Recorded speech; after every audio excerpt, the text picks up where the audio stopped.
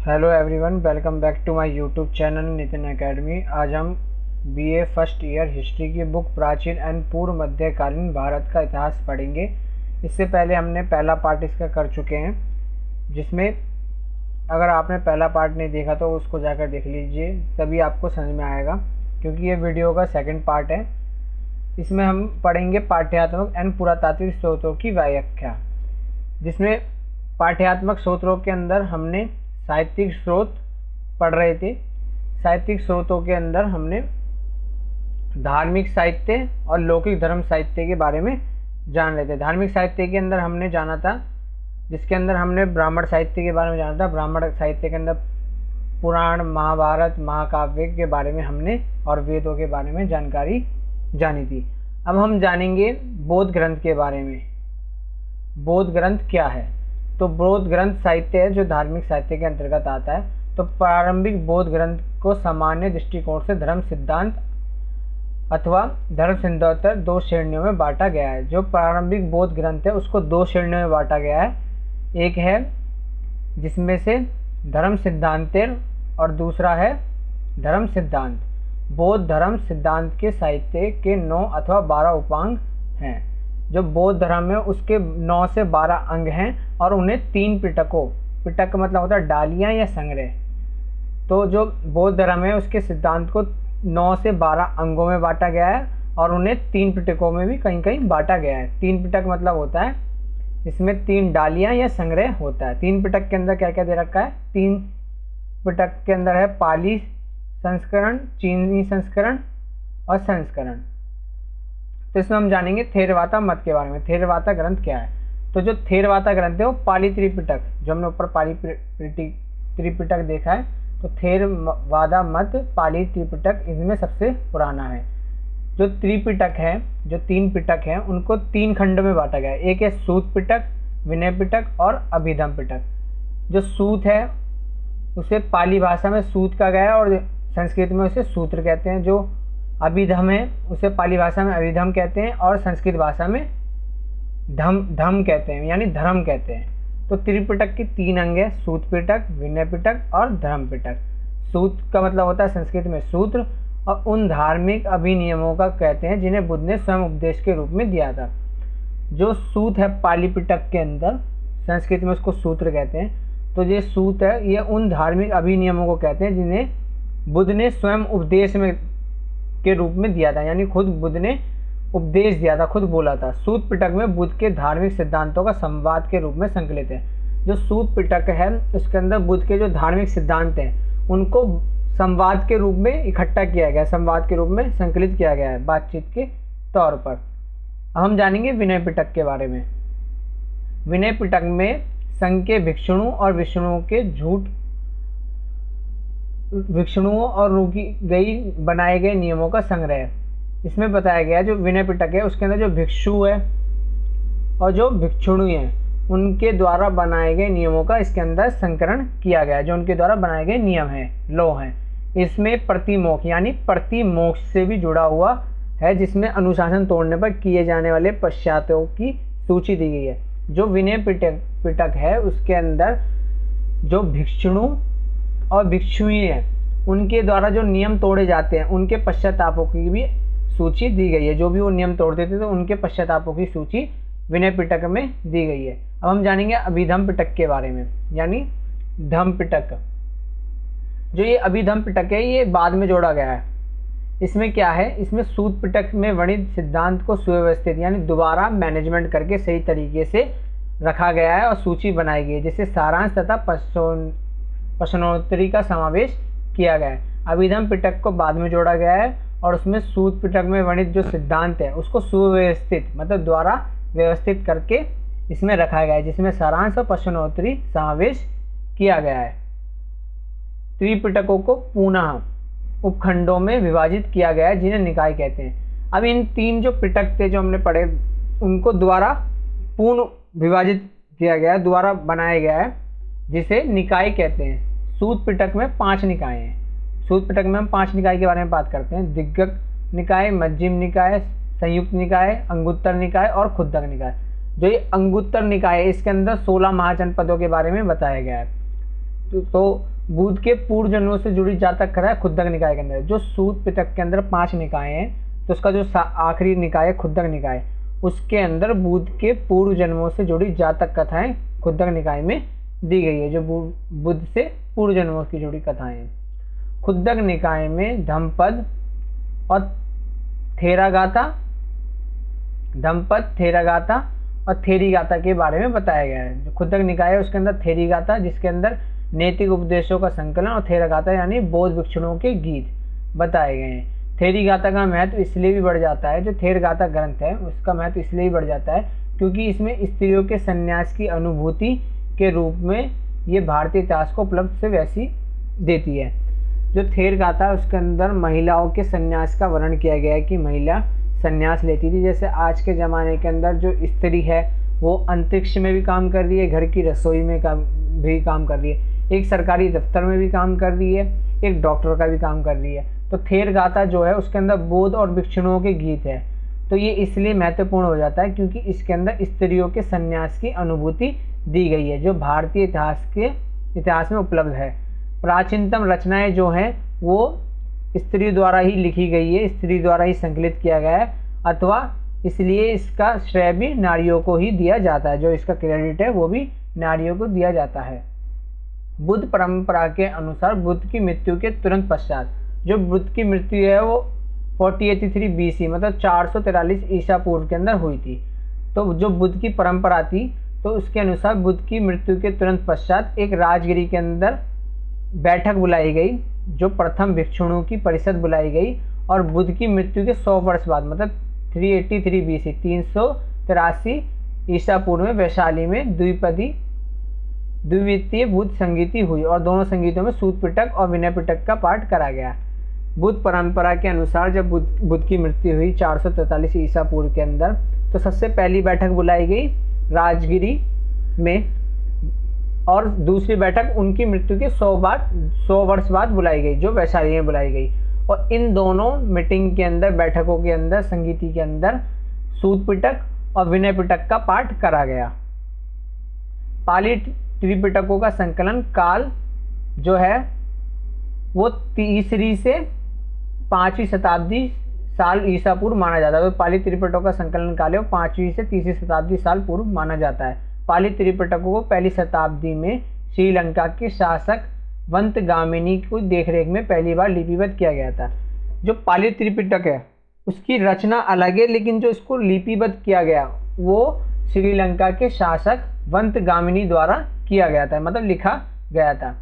एक अन्य भी पाली ग्रंथ है जिसे नागसेन द्वारा रचित मिलिंदमपो हिंदियावन शासक मिंडेरन की जानकारी मिलती है।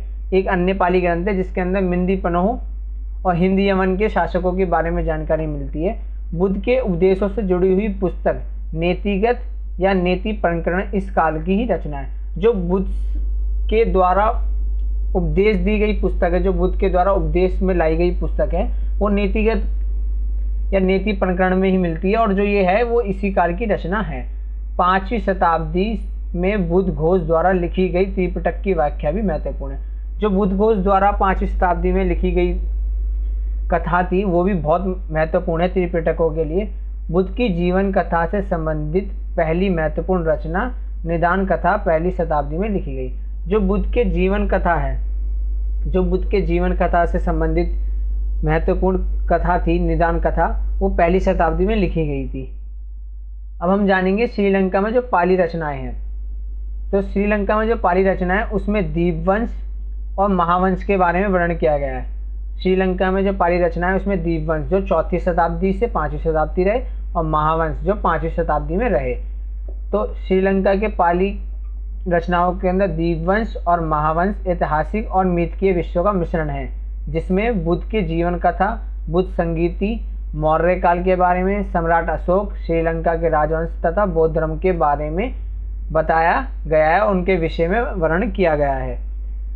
तो श्रीलंका के पाली रचनाएं के अंदर दीपवंश, महावंश और ऐतिहासिक मिथकीय विषयों का वर्णन है, जिसमें बुद्ध के बारे में, बुद्ध के धर्म के बारे में, संगीतियों के बारे में, मौर्य काल के बारे में, अशोक के बारे में और राजवंशों के बारे में बताया गया है। उनके विषय के अंदर इसके अंदर वर्णन किया गया है। इसके अंदर बुद्ध के जीवन चरित्र के धार्मिक संस्करण की इस विद्या को हेजियोग्राफी की संज्ञा दी गई है। जो ये रचना थी इसके अंदर बुद्ध के जीवन चरित्र की धार्मिक संस्करण दिया गया था, जिसको जो ये विद्या थी उसको हेजियोग्राफी की संज्ञा दी गई है। हेजियोग्राफी कहते हैं। बुद्ध के उपदेश, जो बुद्ध के उपदेश थे उसके साथ साथ अवदान कथा की श्रेणी में अवदान शतक यानी द्वितीय शताब्दी और दिव्यदान चतुर्थ शतक प्रमुख है, जिनमें बुद्ध और मौर्य सम्राट अशोक से जुड़ी कथाएं हैं।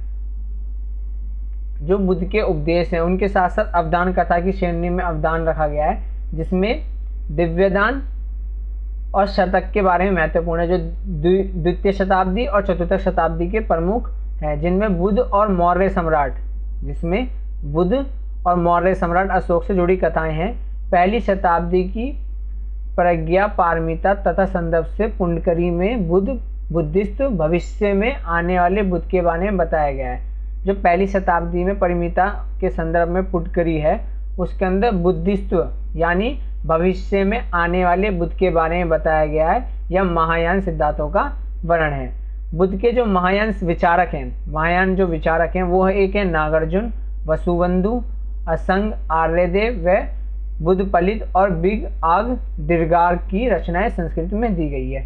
जो बुद्ध के जो महानायक विचारक है, जो बुद्ध के बारे में जिन्होंने विचारक किए हैं, वो इसमें से नागार्जुन, वसुबंधु, असंग, आर्यदेव, बंधुपालित और बिग आर्घ दीर्घार्घ भी हैं, और इनकी जो रचनाएं हैं वो संस्कृत भाषा में मिलती है। अब हमने बौद्ध धर्म के बारे में जान लिया। अब हम जानेंगे जैन धर्म के बारे में। तो जैन धर्म के साहित्य क्या है? तो जैन साहित्य का आगमन सिद्धांत कहा जाता है। जो जैन साहित्य का आगमन है वो सिद्धांत कहा जाता है। इसमें परिशिष्ट प्रवर्तन, भरत बाहुचरित, आचारंग, भगवती सूत्र, कालीन पुराण महत्वपूर्ण है। जो जैन धर्म के साहित्य हैं उसके अंदर परिशिष्ट पर्वत, भद्र बाहुचरित, आचारंग, भगवती सूत्र, कालिका पुराण महत्वपूर्ण है। जैन धर्म का ज्ञान कल्पसूत्र से होता है। जैन धर्म के बारे में जानकारी हमारे को कल्पसूत्र से मिलती है, जिसमें परिशिष्ट पर्वत और भद्र बाहुचरित से चंद्रगुप्त और मौर्य के जीवन की महत्वपूर्ण जानकारी मिलती है। जो दो ये लेखन है परिशिष्ट पर्वतन और भद्र बाहुचरित, इसमें चंद्रगुप्त के बारे में और मौर्य के जीवन की महत्वपूर्ण जानकारी हमारे को मिलती है। जो भगवती सूत्र है उसमें 6ठी शताब्दी से 16 महाजनपदों का उल्लेख मिलता है। भगवती सूत्र से हमारे को 16 महाजनपदों के बारे में जानकारी मिलती है और उसका उल्लेख भी भगवती सूत्र के अंदर पाया जाता है। अब हम जानेंगे लौकिक धर्मनिरपेक्ष साहित्य। लौकिक धर्मनिरपेक्ष साहित्य क्या होता है? इसमें भी इतिहास को जानने के लिए मदद मिलता है। अगर हमारे को इतिहास जानना है तो उसकी जानकारी हमारे को लौकिक धर्मनिरपेक्ष साहित्य से भी मिलती है। जो ये साहित्य हैं ये बिना किसी भी धर्म को प्रोत्साहित करने वाले हैं। धर्मनिरपेक्ष मतलब होता है किसी भी धर्म का सपोर्ट ना करना। तो इसमें भी इतिहास को जानने में मदद मिलती है। इसके अंतर्गत निम्नलिखित तत्वों को शामिल किया गया है। जानते हैं वो तत्व क्या क्या हैं? तो पहला है ऐतिहासिक साहित्य। ये ग्रंथ मुख्यतः कश्मीर और गुजरात में मिले हैं। जो ऐतिहासिक साहित्य ग्रंथ हैं वो मुख्यतः हमारे को गुजरात और जम्मू कश्मीर के अंदर पाए गए हैं, जिसके अंदर कल्हण की राजतरंगी, भार्यभट्ट की हर्षचरित, राजेश्वर का प्रबंध कोश और कौटिल्य का अर्थशास्त्र प्रमुख है। जो ऐतिहासिक साहित्य पाए गए हैं उसमें ये लेखन है जिनके द्वारा कल्हण है उन्होंने राजतरंगी लिखी, भार्यभट्ट ने हर्षचरित लिखी, राजेश्वर ने प्रबंध कोश लिखा, कौटिल्य ने अर्थशास्त्र लिखा। जो भार्यभट्ट की हर्षचरित है उसमें हर्ष की उपलब्धियां और तत्कालीन राजनीतिक, सामाजिक, धार्मिक और आर्थिक जीवन का पता लगता है। जो भार्यभट्ट के द्वारा हर्षचरित है उसके अंदर हर्ष की उपलब्धियां हमारे को पता लगती है, और जो तत्कालीन जो रिसेंटली राजनीतिक, सामाजिक और धार्मिक और आर्थिक जीवन का हमारे को ज्ञान होता है, उनके बारे में जानकारी मिलती है। जो कौटिल्य हैं, कौटिल्य के अर्थशास्त्र में मौर्यकालीन इतिहास का पता लगता है। जो कौटिल्य द्वारा अर्थशास्त्र लिखा गया है उसके अंदर हमारे को मौर्य काल के इतिहास का पता चलता है। मौर्य काल के बारे में हम इसमें जानकारी प्राप्त कर सकते हैं। और जो कल्हण की राजतरंगी है, जो कल्हण ने राजतरंगी लिखी, उसमें संस्कृत के ऐतिहासिक घटनाओं का क्रमबंध लिखने का प्रयास किया गया है। तो जो कल्हण की रासरंगी है उसके अंदर उन्होंने संस्कृत की जो भी ऐतिहासिक घटना है उनको सीरियल वाइज क्रमबद्ध में लिखने का कोशिश की गई है, प्रयास किया गया है। इसमें आदिकाल से 1152 ईसा पूर्व के आरंभ तक के सभी कश्मीरी शासकों का क्रमबद्ध विवरण है। जो ये कल्हण की रासरंगी है इसके अंदर हम आदिकाल से 1152 से ईसा पूर्व के जितने भी कश्मीरी शासक हैं उन सब के बारे में इसमें हम जानकारी प्राप्त कर सकते हैं और उनको सीरियल वाइज इसमें वर्णन किया गया है। अब हम दूसरा जानेंगे अर्ध ऐतिहासिक साहित्य। तो इसमें पाणिनि है उनकी अष्टाध्यायी, गार्गी, पंतजलि का महाभाष्य और कालिदास का मालविकाग्निमित्रम मुख्य है।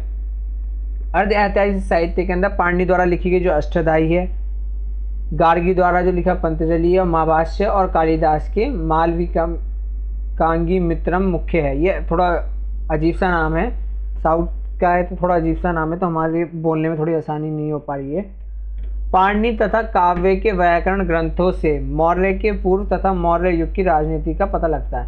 जो पाणिनि द्वारा लिखा गया काव्य है उसके व्याकरण ग्रंथों से हमारे को मौर्य काल के बारे में और मौर्य युग की जो राजनीतिक है उसके बारे में जानकारी मिलती है। और जो गार्गी संहिता है उससे भारत पर यवन का आक्रमण का पता लगता है कि भारत पर यवन जो शासक थे उनका आक्रमण कब हुआ, गार्गी संहिता से ये हमारे को पता लगता है। और जो मालविकाग्निमित्रम है उससे जो शुंग थे उनकी राजनीति का पता लगता है कि शुंगों द्वारा कैसी राजनीति अपनाई गई थी। तीसरा है नाटक साहित्य। तो हर्ष की रवावली, प्रियदर्शकी और नागनंद सभी ग्रंथ से 7वीं शताब्दी के इतिहास का पता लगता है। नाटक साहित्य से हमारे को जो प्रियदर्शकी है, जो नागनंद है, नागवंश है, उन सभी की ग्रंथों की 7वीं शताब्दी के इतिहास के बारे में हमारे को नाटक साहित्य से जानकारी मिलती है। और कालिदास के सभी नाटक शामिल हैं इसके अंदर। जो नाटक साहित्य है इसके अंदर कालिदास के सभी नाटक शामिल किए गए हैं, जैसे उर्वशी और शकुंतला। अब चौथा है इसके अंदर जीवन चरित साहित्य। तो जीवन चरित साहित्य से भी हमारे को जानकारी के स्रोत मिलते हैं इतिहास के। इसमें भी इतिहास की अमूल्य सामग्री मिलती है। ऐतिहासिक जीवनियों में पृथ्वीराज विजय, बाणभट्ट की हर्षचरित, संध्याकार नंदी के रामचरित प्रमुख है। जो जीवन चरित साहित्य है इसके अंदर हमारे को पृथ्वीराज विजय के बारे में जानकारी मिलती है, बाणभट्ट के बारे में, हर्षचरित के बारे में और रामचरित मानस के बारे में जानकारी मिलती है। और ये चीज़ें इसमें प्रमुख हैं। हर्षचरित में हर्षवर्धन की जीवनी और तत्कालीन समाज धर्म की जानकारी मिलती है। जो हर्षचरित है उसके अंदर हर्षवर्धन की जीवनी मिलती है और जो तत्कालीन हमारा समाज है उसके बारे में और धर्म की जानकारी हमारे को जीवन चरित साहित्य से प्राप्त होती है। अब हम जानेंगे रामचरित में बंगाल के पाल वंश का शासक, धर्म और तत्कालीन समाज का ज्ञान होता है। जो रामचरित में बंगाल के पाल वंश है उसका शासक, धर्म और तत्कालीन समाज का ज्ञान होता है। पृथ्वीराज विजय चाहमान वंश का ज्ञान होता है। इससे हमारे को पृथ्वीराज विजय से और चाहमान के बारे में जानकारी मिलती है। किससे? जीवन चरित साहित्य से। और जीवन चरित साहित्य से हमारे को बुद्ध चरित में गौतम बुद्ध के जीवन का भी पता लगता है। जीवन चरित साहित्य से हमारे को गौतम बुद्ध के जीवन के बारे में भी जानकारी मिलती है। आखिरी इसमें दे रखा है संगम साहित्य। तो दक्षिण भारत के इतिहास के लिए संगम साहित्य बहुत महत्वपूर्ण है। अगर हमारे को दक्षिण भारत का इतिहास जानना है तो उसके लिए संगम साहित्य एक अहम भूमिका निभाता है। संगम साहित्य में चौल चरित आदि से दक्षिण में शासन करने वाले पल्लव, जो दक्षिण में शासन करने वाले पल्लव हैं और जो चौल वंश है उनके इतिहास के बारे में हमारे को जानकारी मिलती है। कन्नड़ में सबसे पहली प्रमाणिक रचना 9वीं शताब्दी की कवि राजमार्ग है और पूर्व काव्य में मूल्य विषय युद्ध वर्णन दिया गया है। जो संगम साहित्य है उसके अंदर पूर्व काव्य में मूल्य विषय युद्ध वर्णन किया गया है। वीडियो अच्छी लगे तो गाइस शेयर करें, कमेंट करें, चैनल को सब्सक्राइब करें। Thank you, thanks for watching.